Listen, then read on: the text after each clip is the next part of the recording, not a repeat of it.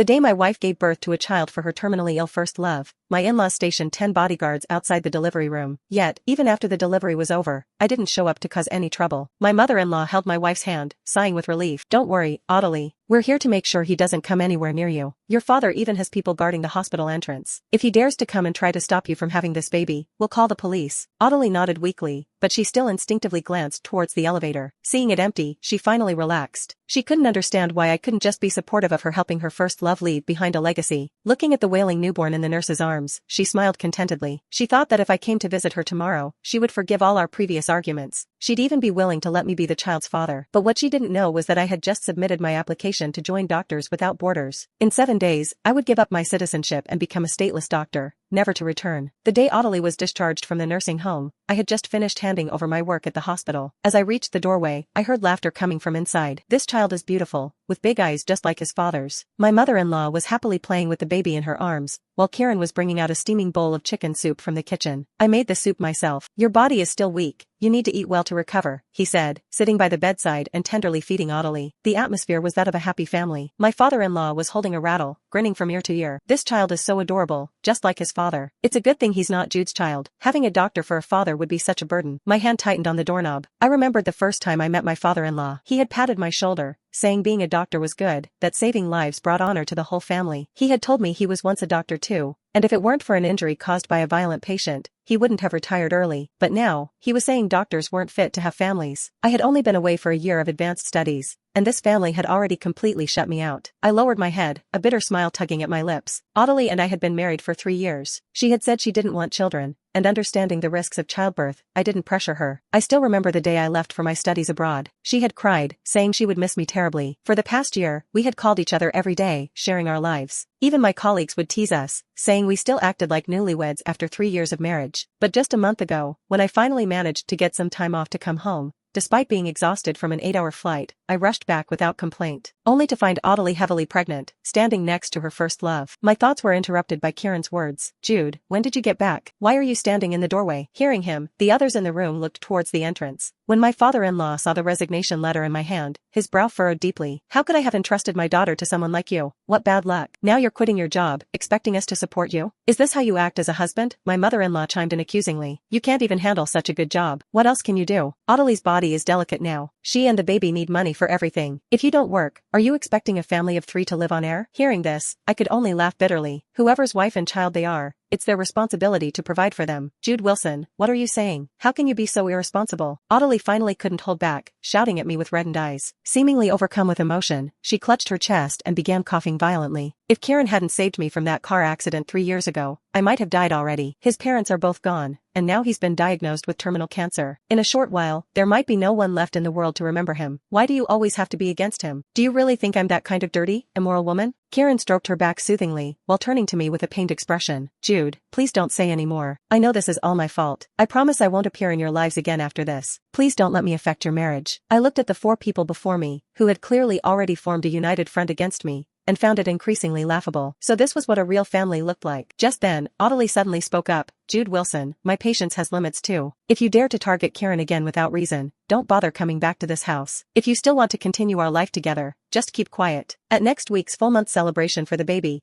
I can announce in front of all our relatives and friends that you're the child's father." Next week? I glanced at the baby, now asleep in the carrier. Next week, I would be embarking on my journey abroad. But before I left, I didn't mind giving them an unforgettable surprise. I nodded, my expression unchanged. "Fine." After saying that, I turned and went back to the bedroom to pack my things, ignoring their reactions. Since I had decided to leave for good, I didn't want to leave any trace of myself here. The sounds of laughter from the living room filtered through the door. I paused briefly as I was folding clothes. "Kieran, I want to give this child your surname. That way, even if he calls someone else dad in the future, he'll always remember that you're his true father." Even without seeing it, I could imagine the loving expression on Ottilie's face as she said this, and my heart, already riddled with wounds from her, ached once more. I suddenly thought back to last month when I had rushed home, carrying souvenirs I had specially bought for Ottilie from abroad. But at our doorstep, I saw Ottilie and Kieran returning from a walk, hand in hand. Unlike the look of horror on Ottilie's face, Kieran had eyed me with confusion, asking if I had the wrong apartment. I said nothing, my gaze fixed on Audley's swollen belly. After 11 months away, my wife was pregnant. There was no way I could deceive myself into thinking this child was mine. Until Audley hurriedly stepped in front of Kieran to introduce me. This is my husband, Jude Wilson. I had thought that hearing this, Kieran would show some restraint. But instead, he invited me into my own home like he was the man of the house. As we passed each other, he said in a voice only I could hear, "I heard you're quite a bit older than me. I guess I should call you brother then, considering your wife is carrying my child." Hot blood rushed to my head, and I could no longer contain myself. I swung my fist, landing a solid punch on his face. I had completely lost control. The 11 months of longing for Audley during our separation transformed into pure rage. If I had had a knife in my hand at that moment, I might have killed them both. It wasn't until the neighbors heard the commotion and called the police that we were all taken to the station. But because it was a domestic matter, the police couldn't intervene much and just sent us home. As soon as we got back, my in-laws, who had rushed over after hearing the news, started berating me without even asking what had happened. They scolded me for causing such a scene as soon as I returned, making us the laughingstock of the neighborhood. They even berated me for wasting all those years of education, resorting to violence, and threatened that if anything serious had happened, they wouldn't let me off easy. It turned out they had known all along about Audley and Kieran being together, and were even strongly supportive of it. In just a year's time, Kieran had become their perfect son-in-law. Only I had been kept in the dark. There was a bitter taste in my mouth, and I felt utterly miserable. Audley tremblingly walked to my side, trying to take my hand and reason with me. "I never meant to betray you. Kieran is very ill. The doctors say he has at most 6 months to live." I couldn't bear to see him leave without an heir. "I had thought about discussing it with you before, but you were so far away, and I didn't want to worry you and disrupt your studies. That's why I planned to wait until you return to tell you. If you're willing, can we raise this child together?" Such a major life decision as having children, yet she spoke of it so casually. I put the last piece of clothing into my suitcase just as my mother-in-law pushed open the door and walked in. Seeing the suitcase at my feet, she wore an expression that seemed to say, "At least you know your place. You haven't been back for so long, so I let Kieran sleep in your room. Now the study has been turned into a nursery too. You'll have to make do with the living room couch tonight, or maybe you should just go stay at a hotel." I was truly exhausted and didn't have the energy to go find a hotel. I nodded, prepared to make do on the sofa, but deep into the night, the baby's cries kept coming from the bedroom. I turned over, about to put in earplugs, when I heard Audley's complaining voice. "Can't you do something about the baby? He just keeps crying. Aren't you my baby? I just need to take care of you. A little crying is good for the baby's lungs." Audley giggled and said, "You're terrible," followed by the sound of the bed creaking. I pulled the blanket over my head, trying hard to ignore those unbearable sounds. But when I closed my eyes, I seemed to see Audley as she was when she first confessed her love to me. Back then, she was pure and beautiful, her eyes full of nothing but me. But that Audley no longer belonged to me.